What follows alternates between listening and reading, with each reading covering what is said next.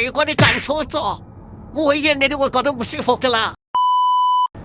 點解有啲香港人買完之後就後悔？因為你一上嚟就問錯問題咯。你首先係問邊度平，但係你應該問問你自己，你想過啲點樣嘅生活？喺珠海你可以住海邊，喺中山你可以住得安靜。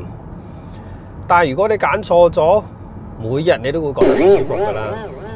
有啲人中意熱鬧，有啲人中意安靜，有啲人成日返香港，有啲人一年先返幾次，完全唔同。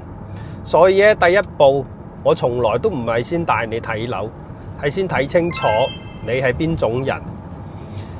如果你係香港人想北上養老，又驚買錯買貴，直接 WhatsApp我幫你分析清楚。